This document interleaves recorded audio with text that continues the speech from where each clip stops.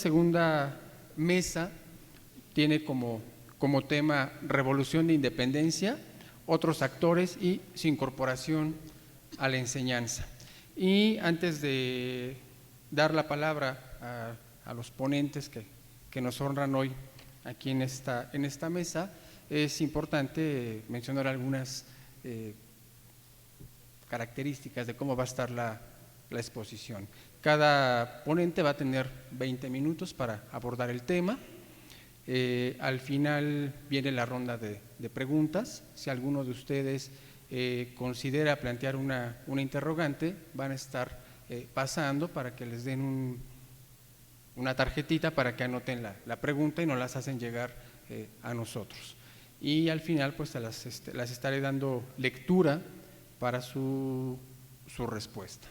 Entonces, en esta primera actividad de la segunda mesa, pues se va a presentar la ponencia El diagnóstico puntual en la enseñanza de la independencia por parte de Mauricio Flamenco Basilio, quien es licenciado en Historia por la Facultad de Filosofía y Letras de la Universidad Autónoma de México, maestro en docencia para la educación media superior por la UNAM, doctor en educación por el Centro de Estudios Superiores en Educación, CESE, profesor en el Centro de Estudios de Bachillerato de la Dirección General de Bachillerato de la Secretaría de Educación Pública, miembro investigador de la Asociación Civil de Historiadores, Palabra de Clio.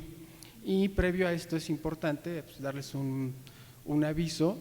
Está a la venta el libro Análisis Crítico de la Asignatura de Historia en la modalidad semiescolar por parte del doctor Mauricio. Al final, si están interesados en conocerlo y comprarlo, pues sería un verdadero gusto que apoyáramos en esta labor de difusión de este libro. Entonces, pues, damos la palabra al primer ponente.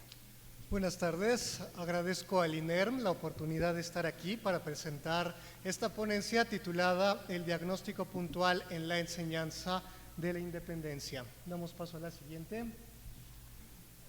La independencia es considerado el proceso histórico que marca el inicio de México como una nación en el sentido moderno, y esta ponencia va a tratar en un principio sobre el concepto del diagnóstico puntual llevado a la didáctica.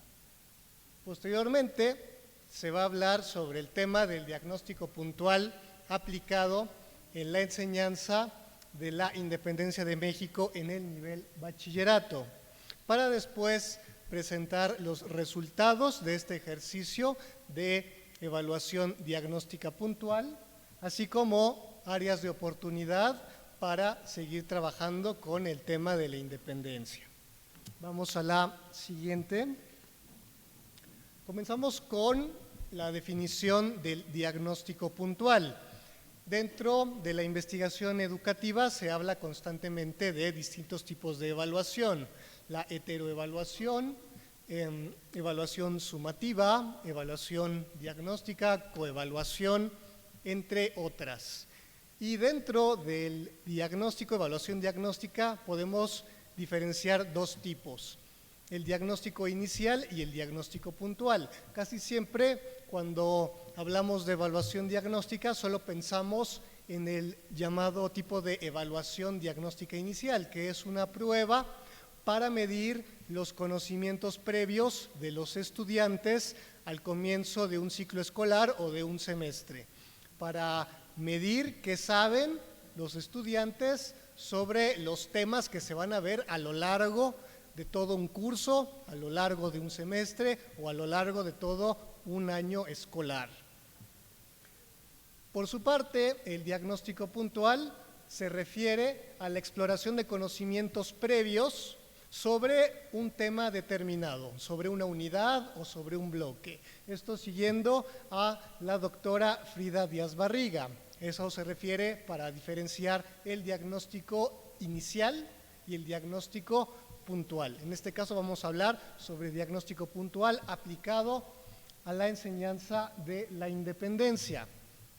Del mismo modo, para diferenciar ambos tipos de diagnóstico, tenemos que el diagnóstico inicial obedece más a la parte del currículo a nivel macro, esto aquí siguiendo al George Posner.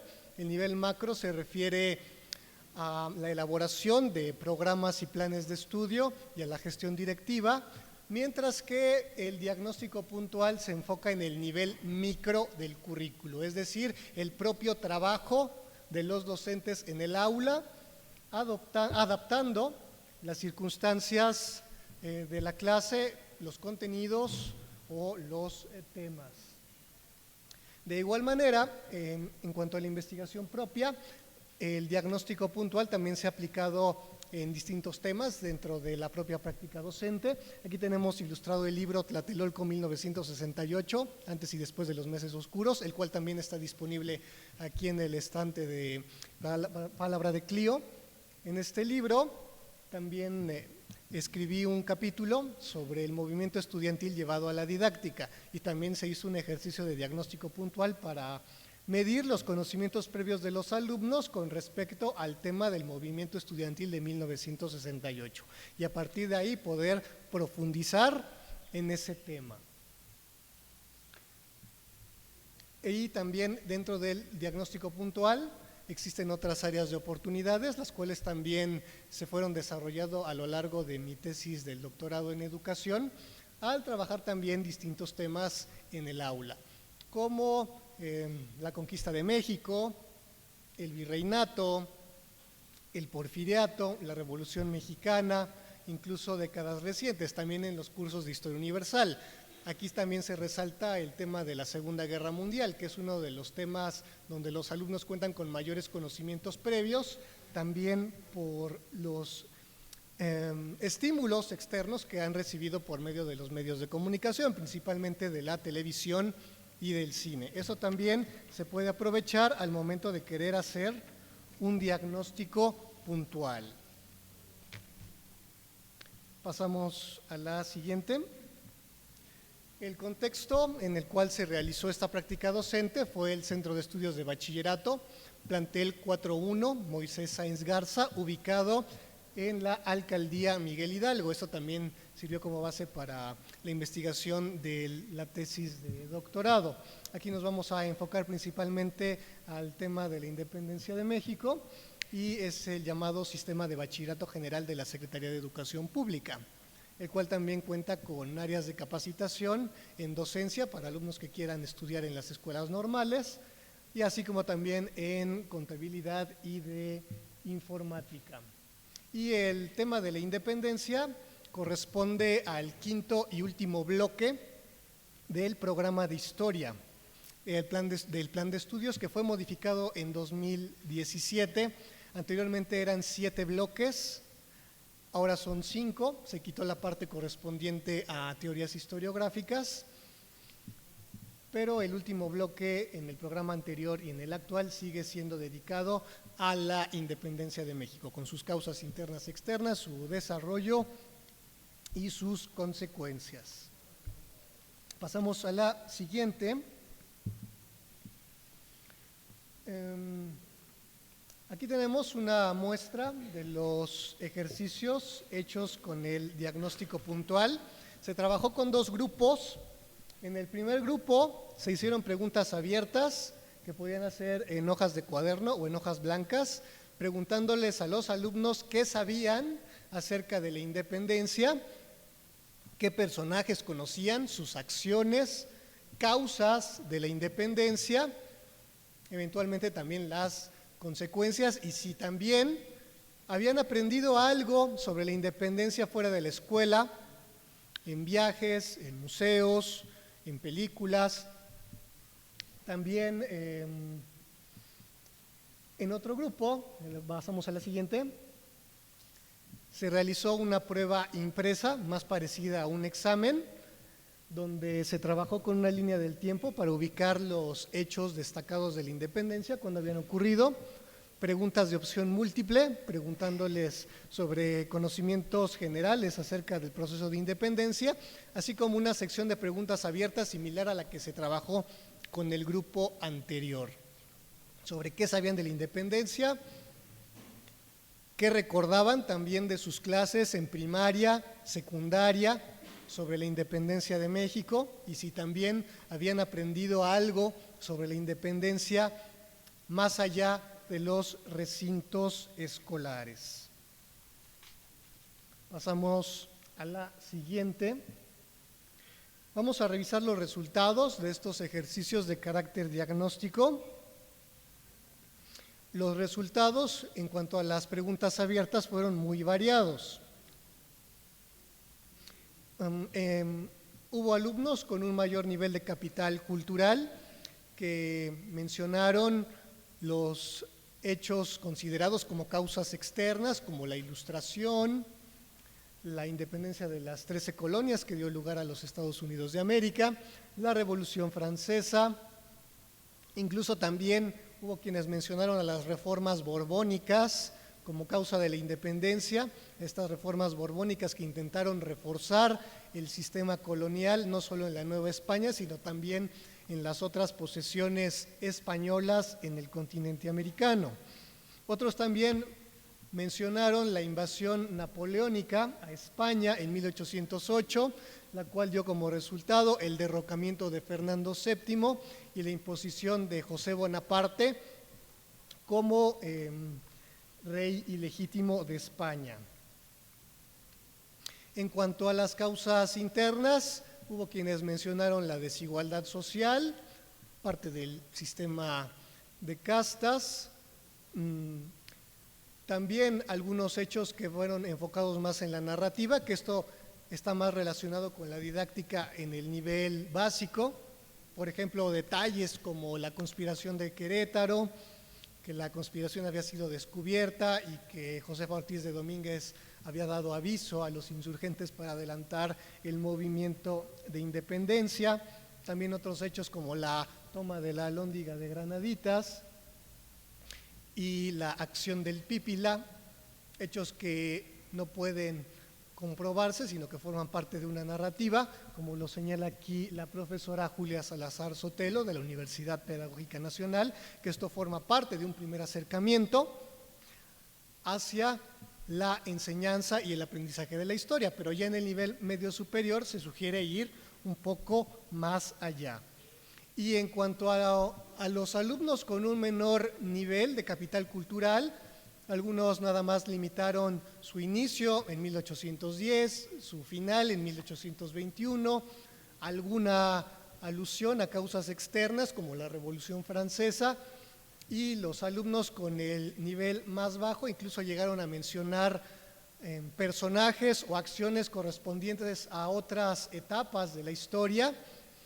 Por ejemplo, menciona a Benito Juárez, a los Niños Héroes, a Pancho Villa, incluso también a Hernán Cortés y la Noche Triste como hechos de la independencia.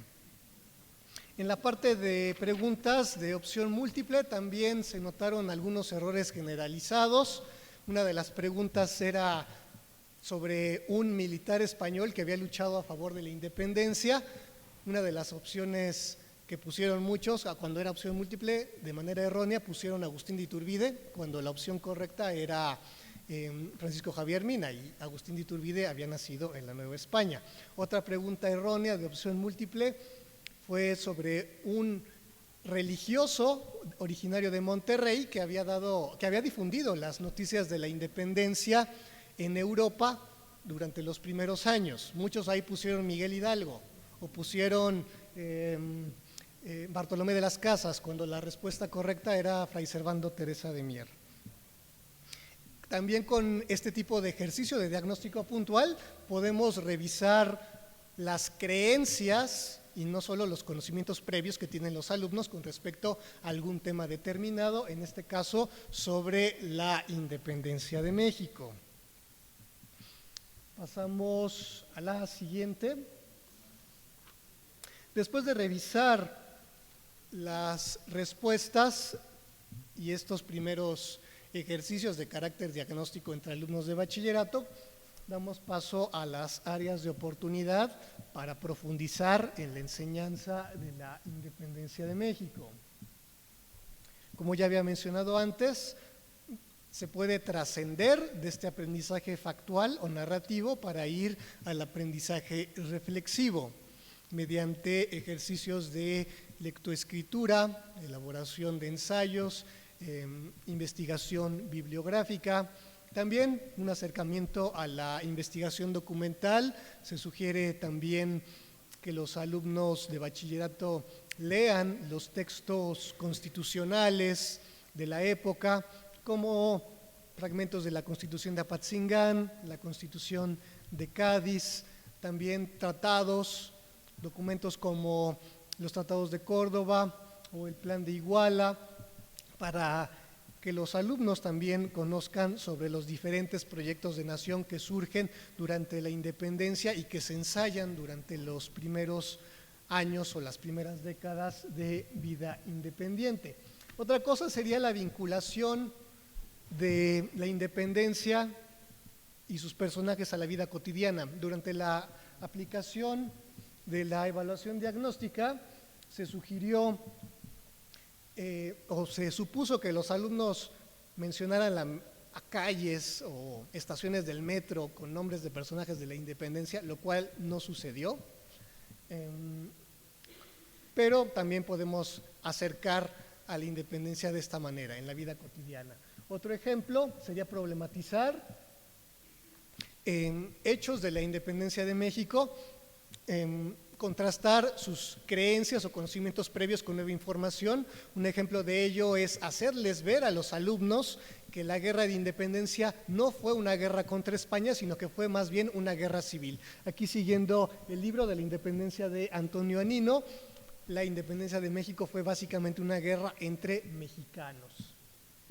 Otro ejercicio también podría ser acercarse a la biografía de personajes menos conocidos de la independencia que contribuyeron a ella, como Gertrudis Bocanegra, Manuel Mieriterán, Anastasio Bustamante, entre otros. La siguiente. Para cerrar con esta presentación, vemos cómo el diagnóstico puntual se convierte en un recurso útil para la enseñanza, en este caso de la historia, y también con mayor razón en el tema de la independencia, que es el proceso histórico clave en la conformación de México como un Estado nacional, y eventualmente la aplicación de diagnósticos puntuales puede servirnos tanto para la investigación disciplinar, en este caso de la historia, como de la investigación educativa, a nivel educativo desde las aulas. Con esto cierro mi presentación. Muchas gracias.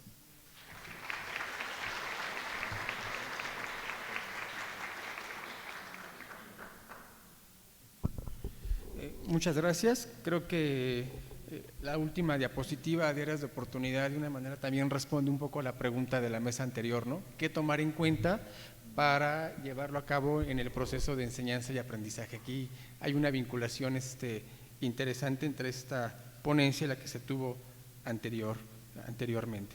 Bien, damos paso al segundo momento, y la ponencia lleva por título el análisis iconográfico de sujetos históricos de la independencia de México, un instrumento eficaz en la enseñanza de la asignatura de Historia 2 en el IEMS, por parte de Francisco Manso Delgado, quien es licenciado en Historia por la UNAM, maestro en Historia por la UAP, cuenta con experiencia docente en el nivel medio superior y superior en asignaturas de Historia, Iconografía e Inglés, tanto en el IEMS, en el INTEMS, UNIREM, UNIM y en la ENA.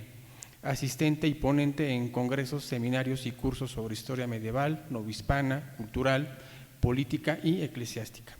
Interés particular por el estudio de las representaciones iconográficas e iconológicas y su relación con el proceso de enseñanza-aprendizaje. Pues damos la palabra. ¿Cuál es la...?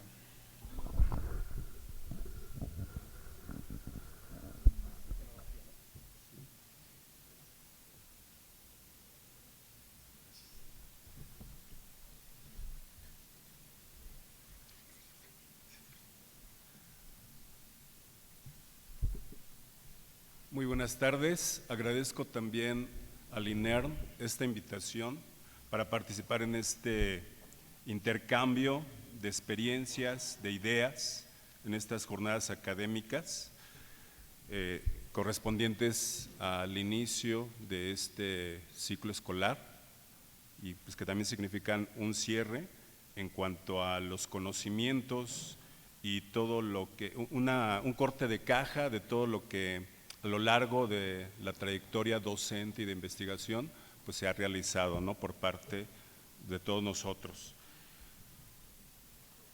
El título que estoy utilizando para esta ponencia pues es algo muy específico, ¿no?, el análisis iconográfico de sujetos históricos.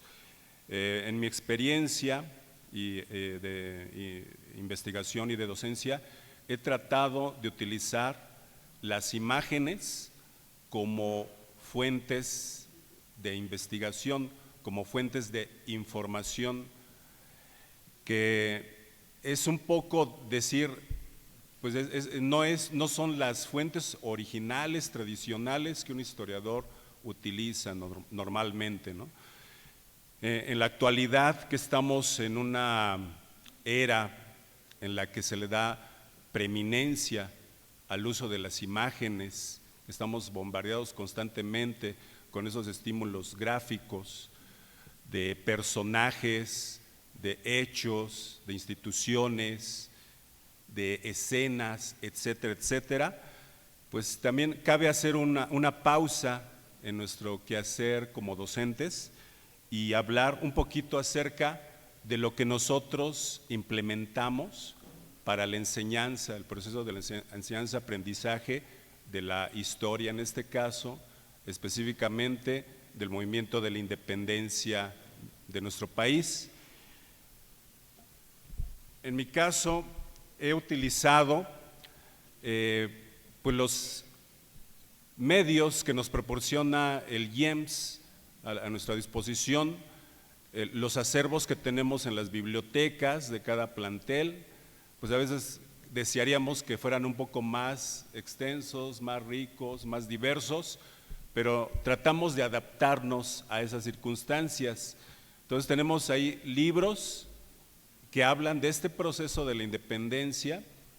Estamos hablando en este caso de la asignatura Historia 2, que abarca desde la Revolución Francesa hasta inicios, digamos, de la Segunda Guerra Mundial. Es un proceso muy largo, hablando de la historia contemporánea, pero que nos permite ahondar en fuentes que muchas veces pasamos por alto.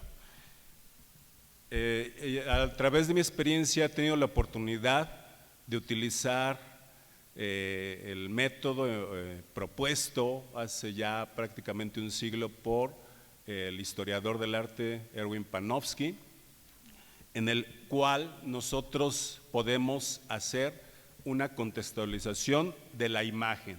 ¿De qué manera? Primero, viendo los atributos que tiene los elementos que la relacionan con su contexto histórico-cultural.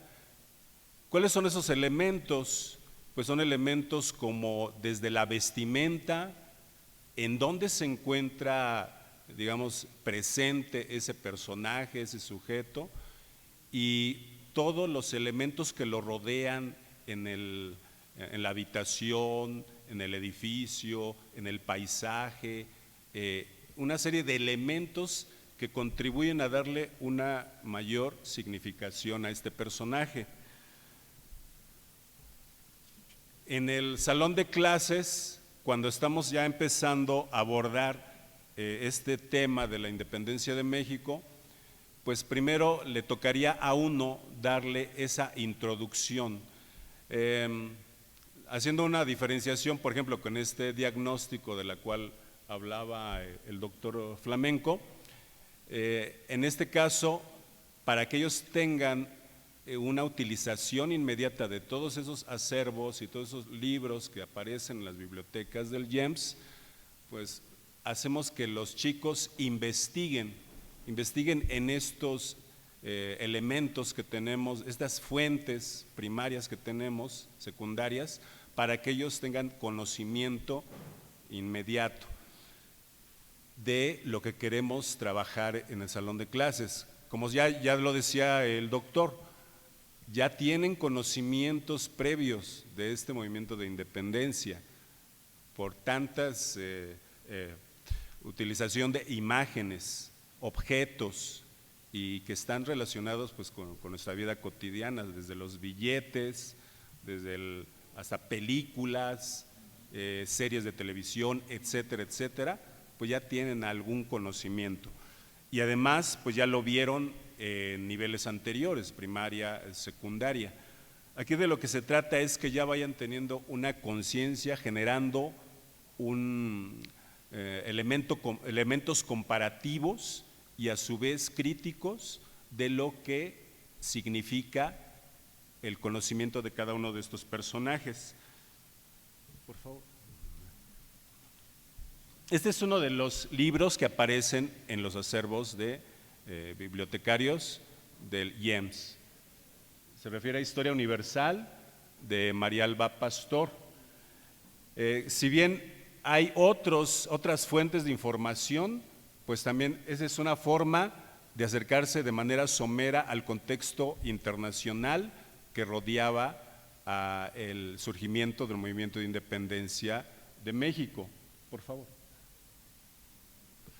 Esta es una edición que he utilizado de esta editorial santillana, ya más sintética y que está enfocada a la enseñanza por competencias, que es algo muy importante que se piensa lograr con los estudiantes cada vez que abordamos pues, cualquier hecho y proceso histórico. Está muy sintética esta versión de la obra de María Alba Pastor, pero sí nos da pie para que nosotros utilicemos diferentes estrategias y actividades para que los chicos puedan entender qué es lo que deben conocer con mayor profundidad. Y otro que también he utilizado, pues de Delgado de Cantú, Historia de México, que ya es más extensivo en el desarrollo de las temáticas y que nos permite también de alguna manera sintetizar las diferentes etapas, en este caso del movimiento de la independencia, con cuadros sinópticos, mapas conceptuales y otros elementos que proporciona de manera inmediata a los estudiantes. Y bueno, son versiones ya posteriores de esta obra de Delgado de Cantú, en la que ya también se está haciendo el giro a el desarrollo de las competencias por parte de los estudiantes. Y en una investigación reciente encontramos esta obra que está en el portal académico del CCH UNAM, La Historia Mexicana en Caricatura, que ya sería una consecuencia de un análisis previo de la iconografía. Ya estaríamos utilizando pues, otra metodología que sé que algunos de ustedes ya lo han realizado. Siguiendo el enfoque de Delgado de Cantú, pues este es un esquema así breve de los conocimientos que los chicos podrían tener para abordar el movimiento de la independencia. Vemos, ya se habló de esto previamente, pues desde las causas internas y externas de la guerra de independencia hasta la proclamación de independencia. Estos temas se dividen por equipos, los estudiantes se enfocan en 2 o 3 de estos temas y luego ya la segunda parte es hacer un breve cuestionamiento del conocimiento que ellos hayan adquirido de acuerdo a esas fuentes, y si ellos encontraron otras, pues también ponerlas a discutir en clase. Bueno, ya entrando de lleno a esto del análisis iconográfico, tuve la oportunidad de diseñar unas rúbricas en las que podemos ya ver los elementos, localizar los elementos de cada una de las imágenes que también se les deja investigar a los jóvenes. Se les dan ahí una lista de las fuentes de imágenes para que se vaya formando un banco y en el cual ellos puedan empezar a manejar ese conocimiento visual de cada uno de los sujetos históricos. Divido en 3 columnas esta rúbrica. En la primera rúbrica me enfoco en los sujetos históricos, que son personajes, una caracterización de la personalidad de ese sujeto según las fuentes históricas que ya leyeron los chicos e incluyendo las fuentes primarias que se produjeron en esa época. Y también ya se empieza a realizar en una tercera fase el análisis del personaje a partir de la interpretación de sus atributos. ¿Cuáles son sus atributos? Como ya les había comentado, la indumentaria, cómo vestían, cómo se distingue, por ejemplo, la imagen del cura Hidalgo con respecto a otros personajes de su época. Por favor. Bueno, aquí me estoy enfocando en esta rúbrica a sujetos históricos colectivos, grupos sociales. Acuérdense de las castas, por ejemplo, que todavía tienen cierta incidencia en el movimiento de la independencia e instituciones también. Por favor. Tenemos aquí pues ya una imagen de Hidalgo, que por ejemplo no recomendaría tanto este banco de imágenes de Getty y hay de Pinterest, todos estos que acuden inmediatamente los estudiantes, sino hay que orientarlos también en esa búsqueda para que ellos sepan cuál ha sido inclusive la trayectoria, la evolución de esa imagen de este sujeto histórico. Y tenemos ahí una de las tradicionales, de las clásicas, del cura Hidalgo. Vemos inmediatamente ahí el predominio de su semblante serio, de autoridad, de este personaje tan caro pues a la historia tradicional de México y que bueno, nunca pasará desapercibida esa personalidad con la que fue retratado después de la prohibición que privó durante muchos años en la época colonial acerca de su representación. Se intentó borrar por todos los medios cualquier referencia física de Hidalgo, sin embargo, pues se creó una tradición de representación en la que, por ejemplo, esta imagen tiene una importancia bastante grande. Por favor. Entonces, aquí abrimos, digamos, la toma, hablando en términos de fotografía, que pues todavía no llega a esta época, ¿no? Podríamos decir que la forma de analizar estas imágenes, según Panofsky, es el análisis preiconográfico, es ubicar cada uno de los elementos que aparecen en esa imagen y después ir relacionando esos elementos en una segunda etapa con la vida cotidiana, todos los elementos que nos proporcione de información las fuentes acerca de este personaje. Y ahí vemos pues prácticamente en el gabinete intelectual, dirían algunos, de cómo él está presente ahí dando cara a los acontecimientos que le esperan. Claro que está muy dirigida esta imagen, muy ideologizada, pero ha primado en el imaginario popular, en el imaginario intelectual, escolar. Por favor. Y de la misma forma, pues el estandarte que utilizó Hidalgo. Todos los elementos que contiene, que hacen referencia a la monarquía española, a la figura señera de la Virgen de Guadalupe, que él la tomó como vínculo ideológico, doctrinario, con el pueblo, que él conocía de sobra por su experiencia como sacerdote, y entonces ahí tenemos todos estos elementos que hacen que por sí mismos ya sean una arenga constante a el pueblo que él llama para que lo siga, ¿no?, en este movimiento. Por favor. Y bueno, una de las fuentes también de información gráfica, visual para los estudiantes, pues es cuando uno los manda a un museo y ven imágenes como esta de O'Gorman en el castillo de Chapultepec, en la que ya se les está dando el énfasis de importancia a esta figura de Hidalgo en el centro de la composición, con todos los demás seguidores, que cada quien está cumpliendo una función específica.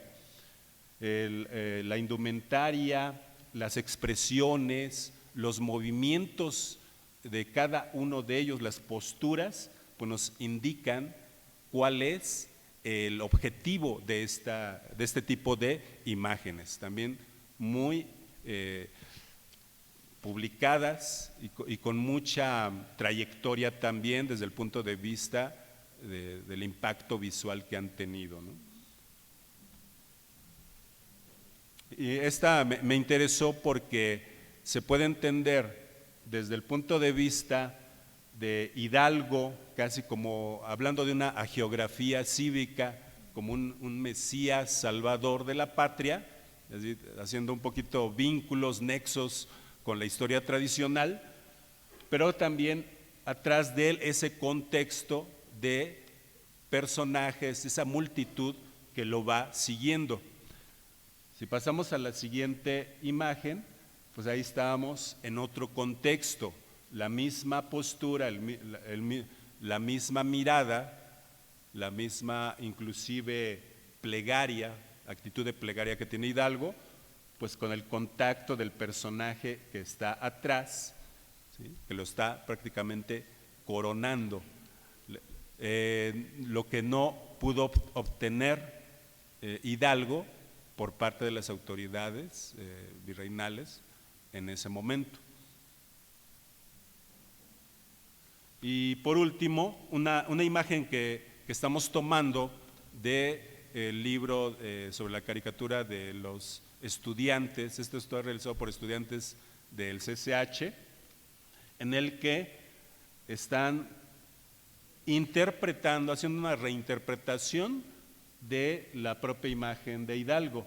Ahí ya no es Hidalgo el que enarbola el estandarte, sino la propia guadalupana, y vean en la parte final, haciendo también énfasis de una tradición de representación por ejemplo, a mí me recuerda hasta San Miguel Arcángel, pues ahí aparece, ¿no?, atravesando la cabeza del monarca español. Bueno, entonces, como vemos, así con este tipo de acercamiento, que la implementación de un método de análisis iconográfico en la enseñanza, aprendizaje de los hechos y procesos históricos, como el de Historia 2 del IEMS, les permite a los estudiantes, les induce también a desarrollar su capacidad de atención a estos detalles, elementos, atributos que aparecen en las imágenes. Claro que como ellos ya tienen un conocimiento previo y unos ya los indujo a estudiar el proceso histórico, entonces ellos van a tener elementos más de explicación e inclusive de crítica para toda la parte que ellos estudian del movimiento de independencia de México. Este método, pues yo lo he considerado eficaz. ¿Por qué? Porque nos permite establecer una trayectoria y una vinculación de estas imágenes con el contexto histórico del cual estamos hablando, e inclusive llega un momento en que uno les puede solicitar hasta un ensayo en donde ellos ponen pues toda esa en práctica, toda esa capacidad crítica que van desarrollando al implementar pues sus observaciones. Muchas gracias.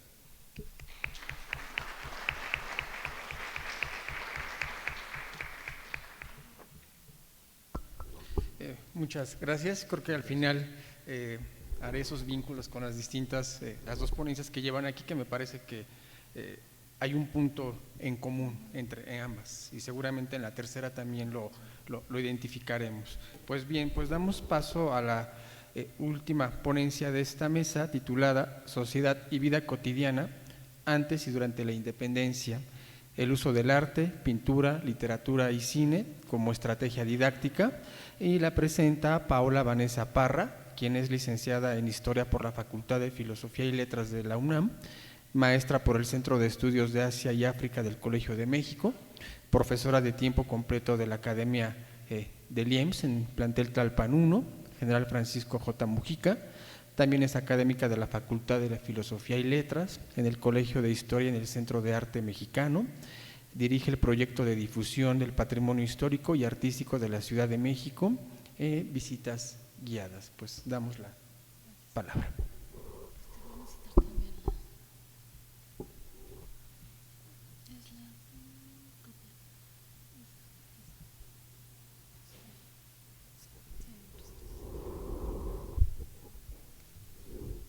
Hola, buenas tardes. Por cierto, como bien lo dijo Alfonso, tengo también el programa de difusión de historia, arte y patrimonio, que se llama Visitas Guiadas con Historia, y aunque suene como si fuera comercial, en realidad tenemos una actividad el viernes. Yo me voy a encargar de dar ese recorrido, pero en realidad está dirigido solo a los profesores del IEMS y ya se llenó la lista. Sí, entonces ya los que se inscribieron ya están, ya por desgracia nadie más podría anexarse, ya está saturado. ¿Sí? Entonces, bueno, eso es nada más así un detalle que les quería comentar. Y bueno, realmente mis dos colegas que previamente me antecedieron ahorita, vamos a tener en conjunto prácticamente elementos que sí se van a tocar en demasía, lo cual va a ayudar a enfatizar algunas estrategias, algunas visiones, etcétera, sobre el periodo y más que nada al utilizar fuentes visuales, pictóricas, por ejemplo, o también cinematográficas. ¿Sí? Y bueno, en realidad, como bien lo dijo Francisco, Historia 2 es ahora sí que un curso que tenemos en el IEMS, que es sumamente largo y donde justamente también se tiene que enfatizar ciertos procesos históricos y hacer un vínculo entre el presente con el pasado, ese pasado que aparentemente se ve muy lejano y que en realidad está presente en diferentes manifestaciones o situaciones. Entonces, en realidad, lo que yo quiero comentar y compartir con ustedes es cómo podemos hacer o cómo podemos mostrarles a los estudiantes la importancia del desarrollo, ciertas características, generalidades de la sociedad novohispana que va a estar todavía presente o van a estar presentes todavía hasta el movimiento de independencia. Y como eso en realidad no es solamente un pasado remoto, sino que, como les decía hace un momento, está vinculado de una u otra forma con la actualidad. ¿Sí? Entonces, una de las formas que considero que puede ser como muy útil es utilizar dos tipos de fuentes. Obviamente las primarias, que ya todos mis colegas lo mencionaron, y también las secundarias, que serían las de interpretación, que aquí también entrarían no solamente en las escritas por historiadores, libros de texto, etcétera, sino justamente incluso pues ya el cine, ¿no? Entonces, bueno, la que sigue, por favor. Habremos que recordarles a los estudiantes justamente no solo la parte social, económica, política de la estructura de la Nueva España, el vínculo con la metrópoli, etcétera, sino justamente el tamaño incluso que teníamos, ¿sí? Como virreinato, que era sumamente, bueno, era junto con el del Perú, de los dos más importantes, ¿no? La que sigue, por favor. Bueno, aquí me voy a ir adelantando tantito. Ya algunos temas incluso se presentaron ayer con lo de la conquista y demás, entonces me voy a ir saltando algunos detalles. Y nosotros como sociedad mexicana en el siglo XX-XXI, pues obviamente tenemos varias raíces, ¿no? La que sigue, por favor. En realidad son 4 las raíces étnicas generalizadas que tenemos, obviamente la indígena, vamos a tener la española, la negra o africana y también incluso la asiática, ¿sí? Que obviamente estas dos últimas no son tan trabajadas, que bueno, ya hay en algunos lugares o algunos investigadores las están trabajando, pero casi siempre se enfatizan las dos primeras, ¿no? Y también tenemos que señalar que entre los indígenas va a haber pues diferencias, ¿no? Que también ayer se señaló en la primera ponencia magistral, ¿no? Obviamente vamos a tener la gente común, la que sigue por favor, la nobleza indígena, que obviamente, ¿no? Desde el siglo XVI Cortés va a hacer pactos con ellos, justamente alianzas, y su situación de poder, estatus y demás se va a validar por la corona, ¿no? Entre otras cosas. Entonces, obviamente las imágenes que muestro, prácticamente algunas van a ser del 16, otras del 17, otras del 18, aunque obviamente como les digo, muchas de las características importantes que se fueron desarrollando durante los 3 siglos del virreinato se continúan, obviamente, con sus problemáticas, por supuesto, hasta la Guerra de Independencia, ¿no? La que sigue, por favor. Obviamente la segunda raíz, los europeos, ¿no? Que mayoritariamente van a ser españoles, pero obviamente también recordemos que no solamente llegan españoles, llegan portugueses, italianos, etcétera, ¿no? Aunque bueno, nuevamente también vamos a tener, hay muchas variedades o variaciones, por así decirlo, socioeconómicas, habrá nobles, pero vendrán obviamente aventureros, gente que a lo mejor no sabe qué hacer en su vida o de su vida, ¿no? En España, que decide venirse para acá, justamente serán los famosos ahora ninis, ¿no?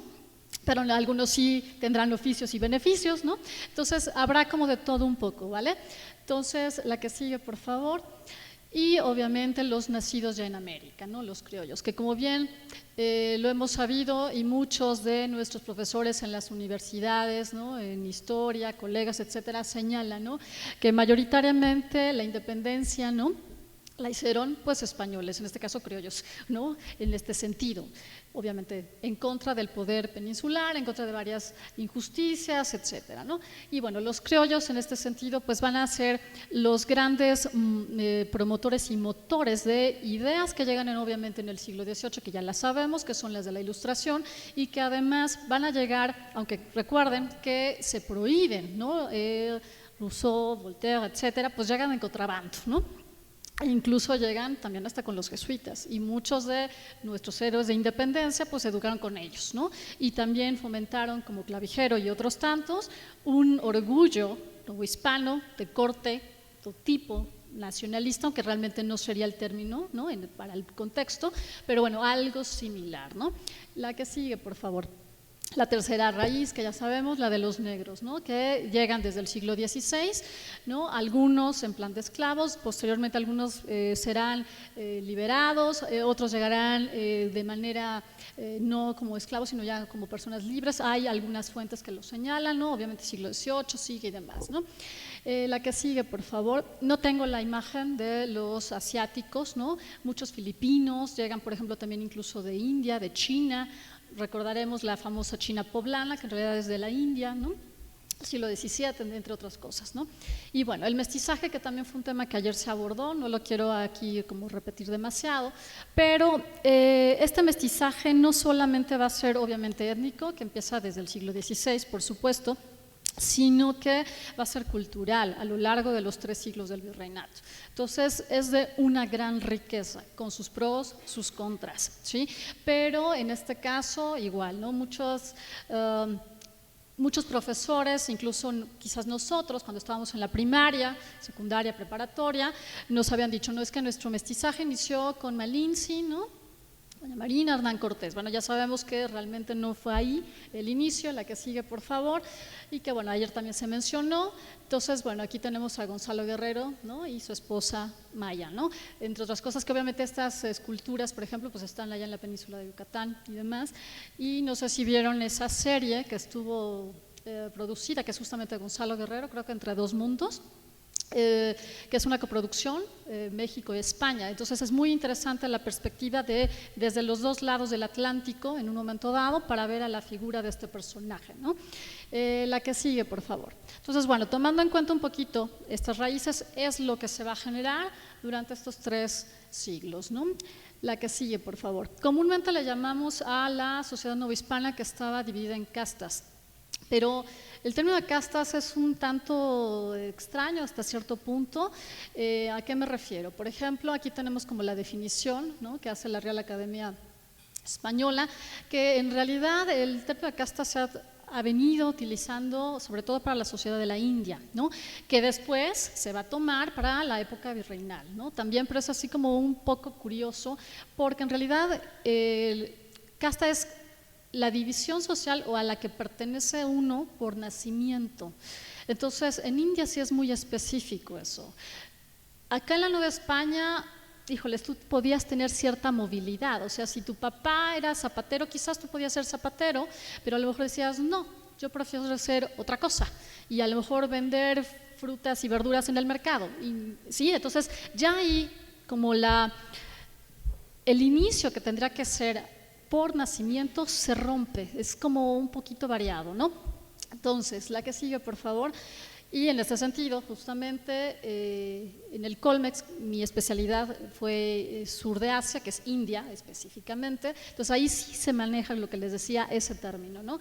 Por ejemplo, tenemos esta pirámide social, donde comúnmente en otras sociedades estaría hasta la punta los reyes, por ejemplo, ¿no?, los gobernantes. Para el sistema de castas, que es de pureza ritual, es diferente, ¿no? Entonces, por eso le digo que es como algo distinto, y tenemos Brahmin, Kshatriya, Vaishya, Shudra y los intocables, que serían los Dalits. Pero en este caso, por ejemplo, Yati sí es la casta a la que pertenecen por nacimiento y que se inserta en cualquiera de las otras 4 o 5, que sería la Varna. Eso no lo tenemos aquí en la Nueva España, sí, es como diferente el proceso, ¿vale? La que sigue, por favor. Y bueno, se han hecho muchos estudios. Todo este preámbulo que estoy dando, sí es algo que a lo mejor tendríamos que explicar a los estudiantes hasta cierto punto, ¿vale? No dejarles así como que nada más, ay, aquí estamos solo en el sistema de castas o nada más estas 3 raíces, sí, pero también hay otras perspectivas y otros enfoques o explicaciones. La que sigue, por favor. Bueno, entonces, por ejemplo, Jorge Traslojeros, investigador del Instituto de Investigaciones Históricas de la UNAM, ¿no?, señala que esta sociedad, que todavía, como les digo, se ve en muchas características hasta el movimiento de independencia, señala que hay como 3 situaciones prácticamente, que son las divisiones como más importantes o las claves en un momento dado para comprender esta sociedad tan compleja y dinámica. La primera división es cuando, por ejemplo, en el siglo XVI se hace esta estructura político-geográfica hasta cierto punto, ¿no?, entre República de Españoles, República de Indios, ¿no?, o las ciudades de los españoles y repúblicas de indios, ¿no?, que en un momento dado se van a fundar pueblos indígenas específicamente para que habitan ahí. Recordemos que igual en Mesoamérica no necesariamente estaban todos viviendo alrededor de no sé, la ciudad o el centro ceremonial político, ¿no? A veces estaban como muy alejados, ¿sí? Entonces es aquí para tener un poco de mayor control, ¿no? Y entre otras cosas, también viendo algunas fuentes, si las recordamos, decían, sobre todo por ejemplo los evangelizadores, no hay que mezclarlos porque los españoles dicen una cosa y actúan otra cosa, ¿no? Y entonces si los indígenas están siendo evangelizados, pues de preferencia que no se contaminen, ¿no? Bueno, entre otras situaciones, ¿no? Pero otro elemento importante que dice este investigador son las condiciones de nacimiento en cuanto si eres hijo de un matrimonio o no. Si estás, ahora sí que es el resultado de un acto pecaminoso, ¿sí?, o no. Y eso tiene que ver con una cuestión de honor, ¿vale?, entre otros detalles. Y bueno, y la otra, el tercer término sería tú como miembro de la sociedad novohispana, en este caso, ¿cuál sería tu condición de una persona productiva? ¿A qué te dedicas? ¿Sí? Si eres parte de algún gremio, de alguna cofradía, no, etcétera, ¿sí? Entre otros detalles, ¿vale? La que sigue, por favor.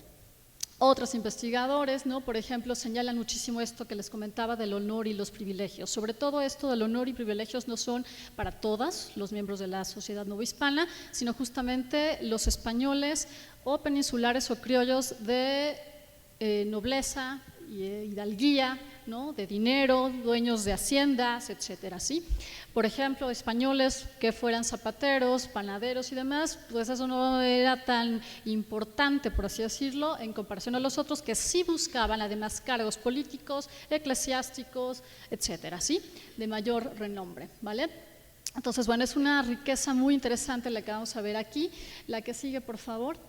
Y bueno, en este caso Pilar Gonzalo y Solange Alberro señalan, ¿no? La raza no era el único, por ejemplo, y principal criterio de clasificación de la sociedad novohispana. ¿Sí?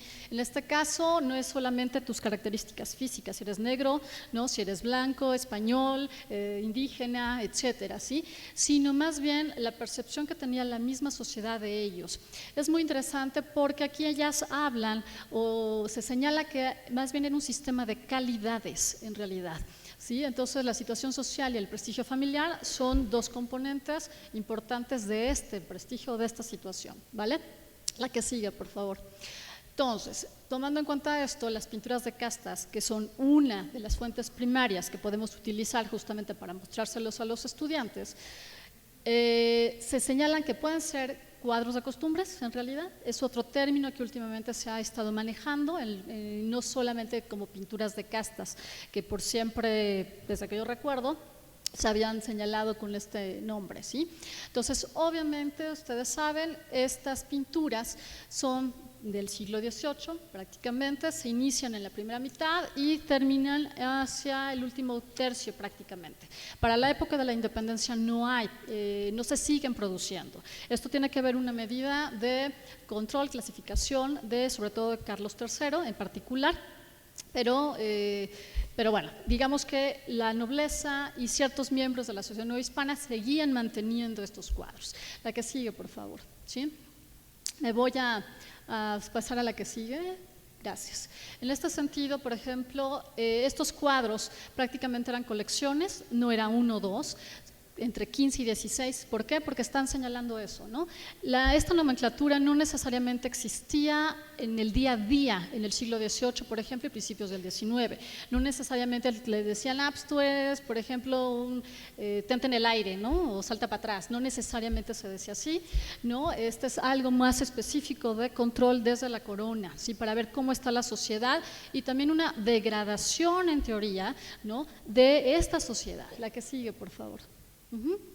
Entonces, bueno, para nosotros este tipo de pinturas son una delicia, incluso visualmente. Es ahora sí que una forma muy rica de intentar llegar a esta sociedad que va a estar en el siglo XVIII, pero que tenemos que recordar que en realidad es la perspectiva, la visión del pintor. No significa que es la realidad social del siglo XVIII al 100, ¿sí? La que sigue, por favor.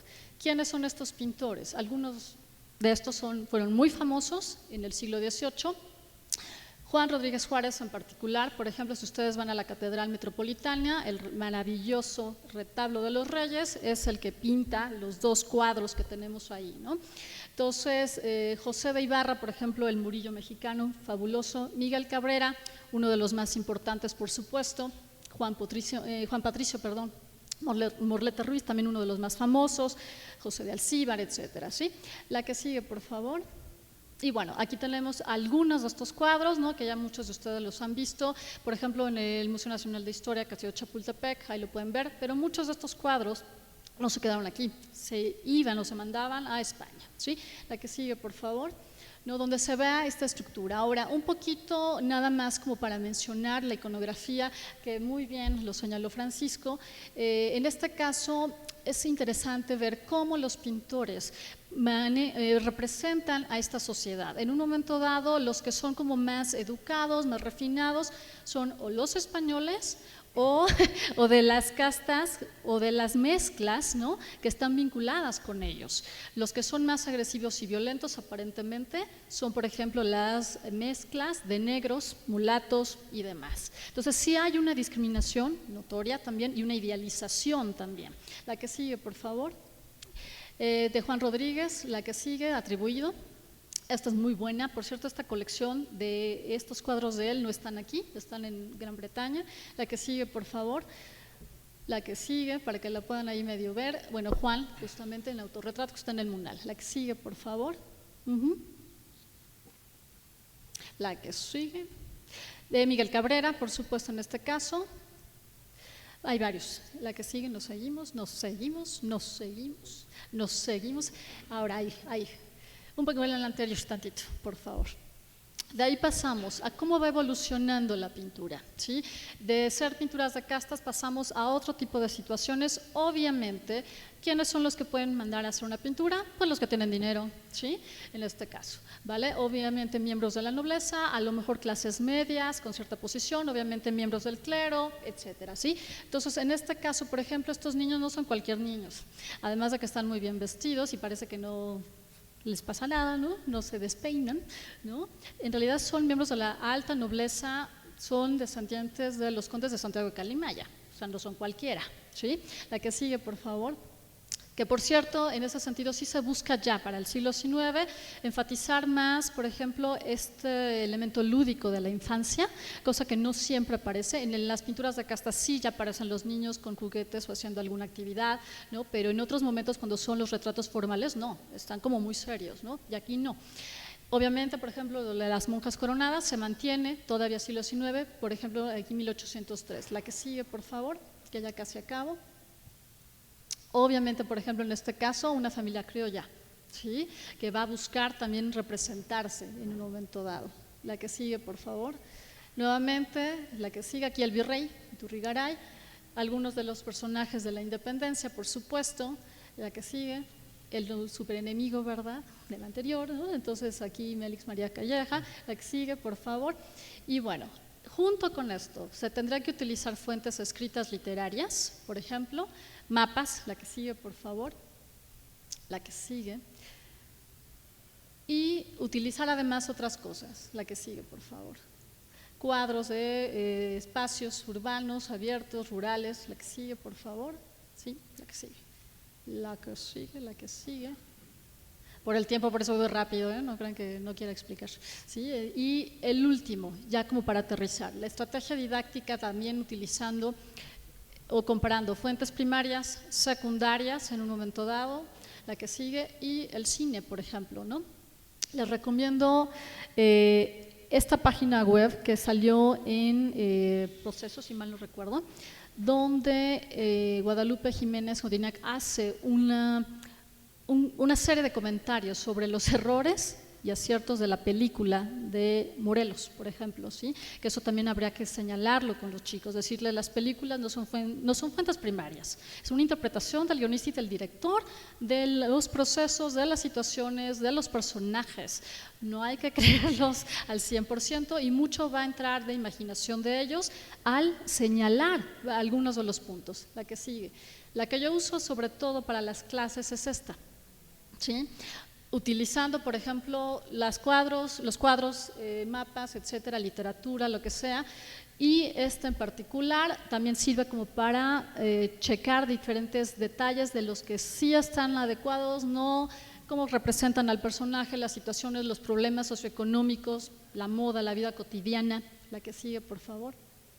Ahí vienen. Ahí, esto es más o menos como lo que yo hago con ellos, ¿sí? Que pueden hacer cuadros, esquemas, ¿no? Cuestionarios, señalar qué elementos de lo que se ve en la película pudieron haber sido los motores, por ejemplo, para el movimiento de independencia, y no solamente eso, sino también pedir una justicia social, entre otras cosas, y qué cosas están ahora también, ¿no? Entre otros detalles. Una sugerencia, ya para terminar.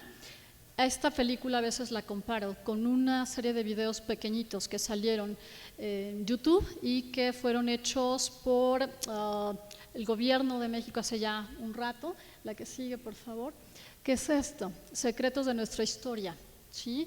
Que son entrevistas ficticias a diferentes personajes. Sí se ve atrás la investigación en un momento dado y bueno, se puede hacer una comparación, ¿vale? Entre otras cosas, ¿sí? Y la que sigue, con esto ya termino, ¿vale? Entonces, justamente esta es como una propuesta de utilizar fuentes primarias, secundarias, análisis, no solamente, por ejemplo, de literatura, puede ser las novelas de Lizardi, por ejemplo, a eso me refería, por ejemplo, que venía en una de las fuentes por ahí, las crónicas de finales del 18, y por ejemplo Lucas Alamán, entre otros, ¿no? Bueno, el conservador, pero buscaríamos del área o de la parte liberal, ¿sí? Para poder hacer una comparación, ¿vale? Y con esto termino, ¿sí? Gracias.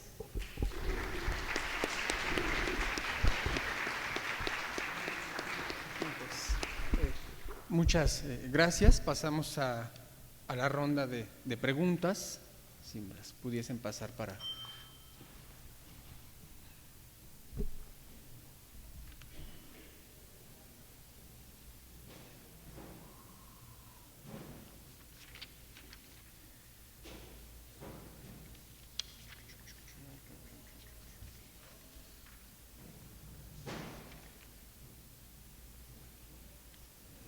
Bueno, las voy a ir leyendo, algunas sí traen a quién van dirigidas, otras no.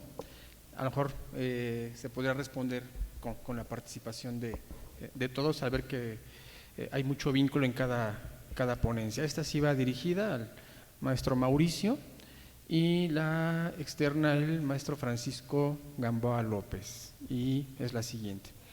¿De qué modo utiliza los resultados del diagnóstico puntual para la planeación e instrumentación didáctica?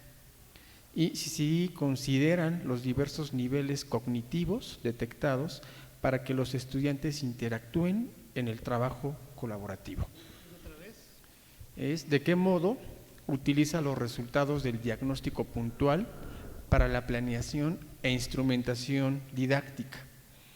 Así como si consideran los diversos niveles cognitivos detectados para que los estudiantes interactúen en el trabajo colaborativo. Como mencioné al final de la ponencia, el resultado del diagnóstico puntual puede dar paso a futuras investigaciones para seguir trabajando en el diagnóstico puntual. En el caso de la independencia, apenas los resultados se están tomando en cuenta para planeaciones a cursos futuros. Y sobre los, para también la planeación de niveles cognitivos y la instrumentación.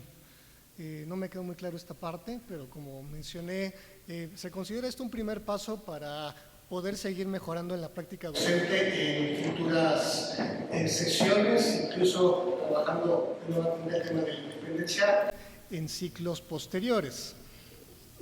Sobre el caso de los niveles cognitivos, a esto se trabaja sobre la marcha, considerando también los recursos con los que podemos disponer para ir adecuando los contenidos de acuerdo a la manera en cual los estudiantes aprenden mejor, quienes son visuales, quienes son kinestésicos, quienes aprenden más por lectoescritura, entre otros.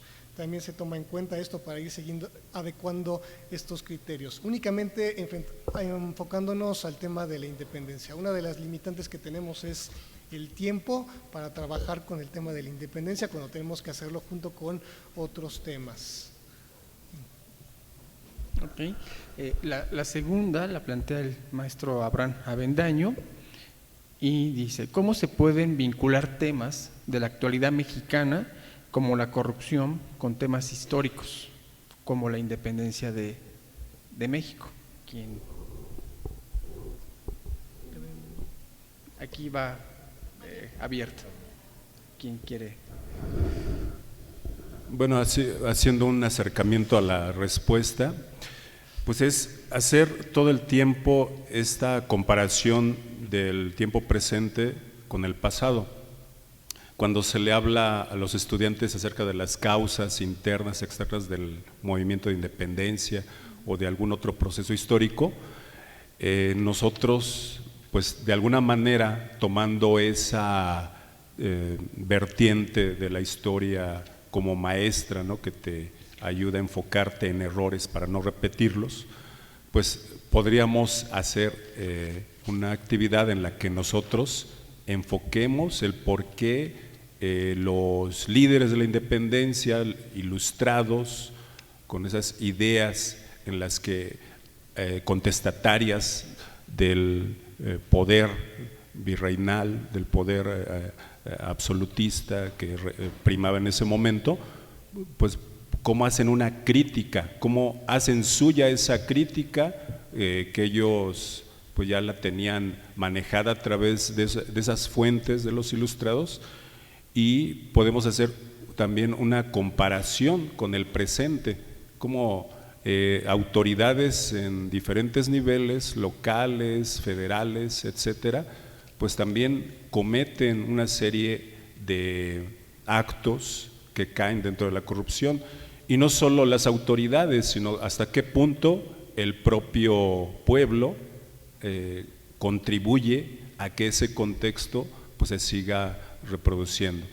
Entonces, ese sería un primer acercamiento en cuanto al problema de la corrupción, que se puede decir cuáles fueron las consecuencias de lo que se consideraba corrupción, por ejemplo, el tráfico de cargos eclesiásticos, que era muy común en esa época, pues el hecho de que los criollos siempre estaban en desacuerdo con toda la detención de puestos de alto nivel por parte de los peninsulares, pues también la burocracia que generaba un atraso en la solución de problemas legales que ya tenían desde el virreinato anterior, aquí hablamos de sexenios, pues cómo no se resolvían. Entonces son en varios niveles que podemos hablar de ese problema, enfocándonos en este tiempo histórico y la época actual. Respondiendo a la pregunta, la coyuntura actual también nos puede dar lugar para relacionar los hechos del presente con lo que se estudia en el proceso de la independencia. Como vemos ahora, el gobierno actual autoproclamado como el de la supuestamente llamada Cuarta Transformación. ¿Qué quiere decir esto de la Cuarta Transformación? ¿Qué relación tiene con los temas que se ven en historia? Eso también significa un área de oportunidad importante para tomar en cuenta al momento de llevarlo a las aulas. Bien, la siguiente está en este tenor. Dice: la Constitución de Cádiz de 1812 dejó de hacer distinción de personas y decía que todos eran españoles sin distinción de españoles peninsulares. Dicha Constitución estaba contra los monopolios y estancos. Esto fomentó la independencia de México. Entonces la pregunta es, ¿fue un movimiento conservador la independencia?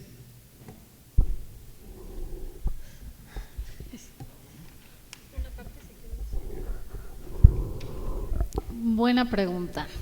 Híjoles, es muy complejo porque justamente hasta cierto punto el movimiento de independencia va a tener diferentes, ahora sí que causas, pero en realidad un alto porcentaje va a buscar desde una perspectiva más liberal, ¿no?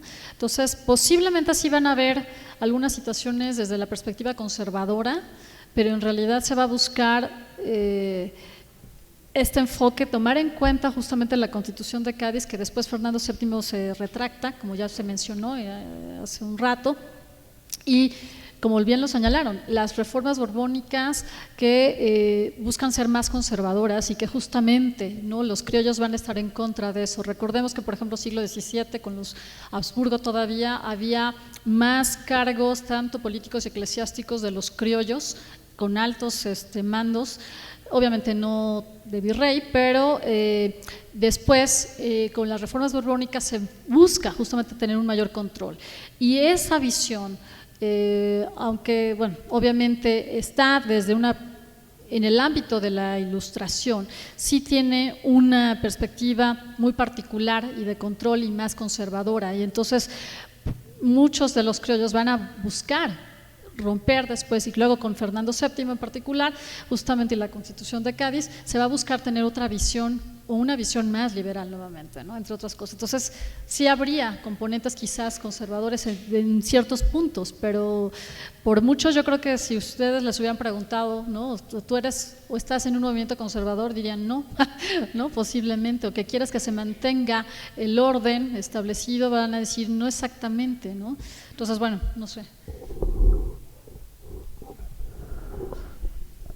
No podemos decir si la independencia de México fue conservadora o liberal, no eran términos que se usaran mucho en esa época. Si vamos desde el perspectivismo, la situación de los personajes, sus circunstancias, aquí siguiendo un poco la filosofía de Ortega y Gasset, vemos cómo Morelos quería un sistema republicano, pero no quería libertad de culto, solamente quería que México fuera una nación católica. Vemos a Hidalgo, que inicia el movimiento de independencia, pero reconoce a Fernando VII. Luego también vemos la Constitución de Cádiz, que era, como se menciona, de carácter liberal, pero luego ya Fernando VII, que regresa al trono, desconoce esta Constitución de carácter liberal, y esto también agudiza las circunstancias para continuar con los movimientos de independencia, no solamente en México, sino también en el resto de Hispanoamérica, que no es coincidencia que en este lapso entre 1808 y 1825 se realizan los movimientos de independencia en México y en las naciones de Sudamérica. Hay que volver a poner en perspectiva esta idea si realmente fue un movimiento liberal o conservador. Tuvo sus momentos, tanto liberales como conservadores. En el caso de México, finaliza con el ejército trigarante, que se impone un modelo de tipo conservador con Iturbide y un modelo monárquico, mejor dicho, imperial. Pero esto también resulta efímero y fracasa. Vemos que tiene sus matices tanto de tendencia liberal como tendencia conservadora, que no se usaban tanto en esa época. Y tomando como referencia el enfoque de esta mesa de la iconografía, podríamos decir que pues son claroscuros que se presentan siempre en cada momento histórico de transición. Nunca es definitivo el cambio de un momento, una serie de características heredadas del antiguo régimen, en este caso, a México independiente. Entonces, pues como ya se decía, en el acta de independencia de la América septentrional, pues ¿qué se dice? El monarca será pues uno que se traiga de España, que sea independiente totalmente del control ibérico, de la burocracia de allá, y que pues va a gobernar de acuerdo a preceptos establecidos en estas actas, en estos decretos, en estos deseos de estos líderes. Sin embargo, este proceso de transición siempre es largo. Si hablamos de otros momentos históricos, pidiendo permiso, ¿no?, de pasar a la conquista, pues la conquista militar fueron 3 años, la conquista espiritual, ideológica del pueblo de México fue de 50 o más años, según los enfoques historiográficos correspondientes.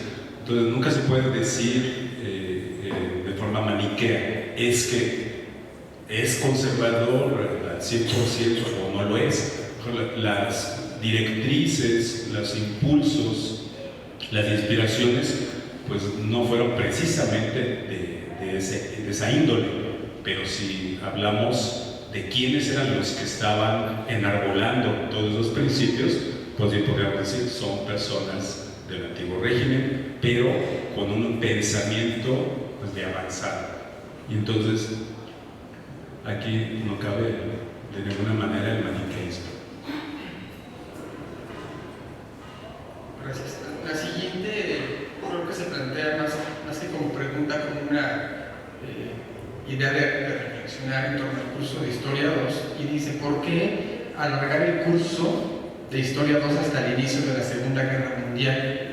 Es mucha información, y en el curso yo llego al final con la Revolución Mexicana y dejo la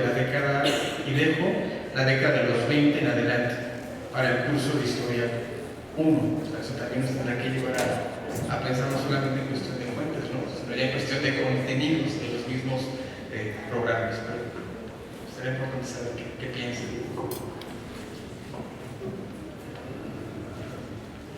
Bueno, acerca de esta pregunta que siempre nos hemos hecho acerca de la división de los periodos de todas las asignaturas de historia de bienes, podríamos decir en este caso específico de Historia 2, que si nosotros tomamos el abordaje del estudio de esta materia, de esta asignatura, desde el punto de vista de procesos históricos, entonces no nos vamos a detener tanto en actores, biografías, etcétera, como se hacía en el sistema tradicional, como le tocó a uno propiamente, ¿no?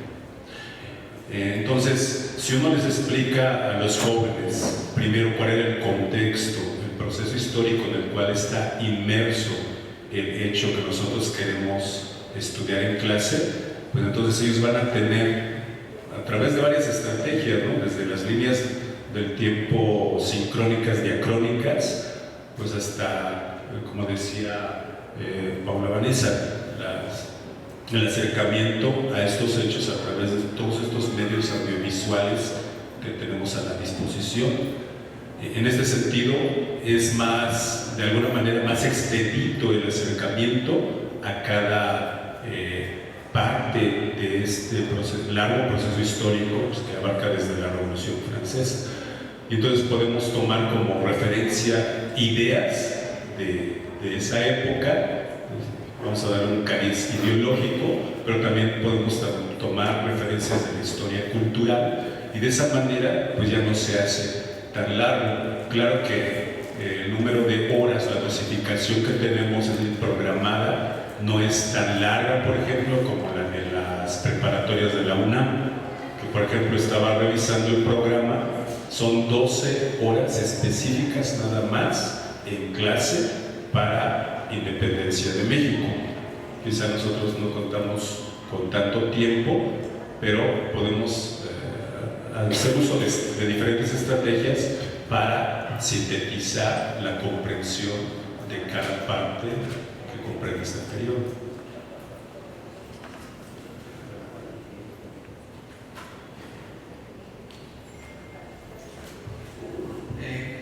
Por acá tenemos una pregunta delante de nuestro. Una sugerencia a este problema, efectivamente, también desconvivimos de los de artes, estamos conviviendo con programas, asignaturas, y efectivamente parece demasiado amplio el programa de Historia 2. Algo que alguna vez resolvió un ejercicio disciplinario fue el uso monográfico, precisamente la última imagen que presentaste con el Francisco, la idea del fanzine que tomamos de punk, ¿no? Tomamos una reflexión de punk, y a partir de esa estrategia de crear una especie de publicación autogestionada, hicimos una revisión de la historia a través del punk. Sobre todo muy padre porque escuchamos llegar mucho más rápido a la parte interpretativa de la historia a partir de las imágenes. Otra posibilidad sería también los memes, ¿no? Que agiliza mucho el pensamiento mimético en torno a que ya no tienes que hacer todo el transcurso de una argumentación exclusiva, estructurada de forma así tradicional, y mucho más rápido llegan los chavos a la utilización de estas imágenes históricas. Se podría, por ejemplo, repetir todo el arte de los hispanos para hacerle una especie de ataque, de intervención, que actualice y que en última instancia nos permita llegar a eso que preguntaba: cómo establecer las relaciones entre lo ocurrido en el pasado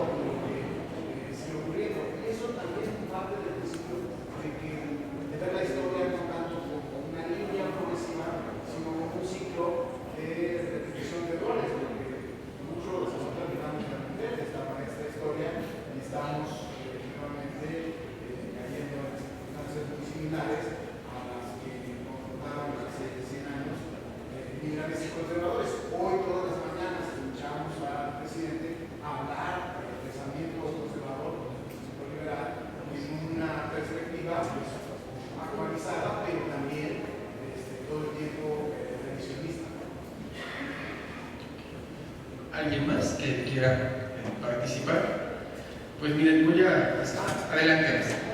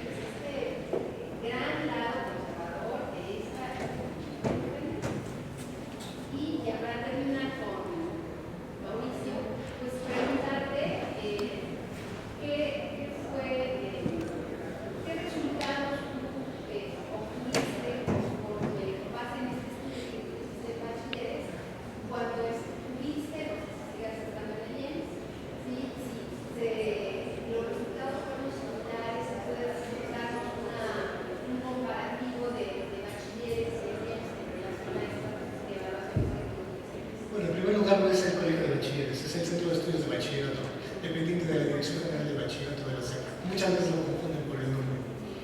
Este sistema es diferente al bachilleres, los alumnos todavía usan uniforme, es a puertas cerradas, a diferencia del bachilleres, que es puertas abiertas y no usan uniforme, es otro plan de estudios. Cuando trabajé en el IEMS, yo no hice esta clase de ejercicios todavía, y trabajaba en la modalidad semiescolar, que tiene también muchas diferencias con respecto a lo que es la modalidad descentralizada, incluso yo noto más limitaciones. Siento que está la oportunidad para seguir trabajando en diversos subsistemas. De acuerdo con Juan Miguel Sombrilla, hay un especialista en didáctica a nivel medio superior, hay un desconocimiento mutuo entre todos los subsistemas de educación media superior, y eso también dificulta el diálogo entre los docentes. Gobierno de México.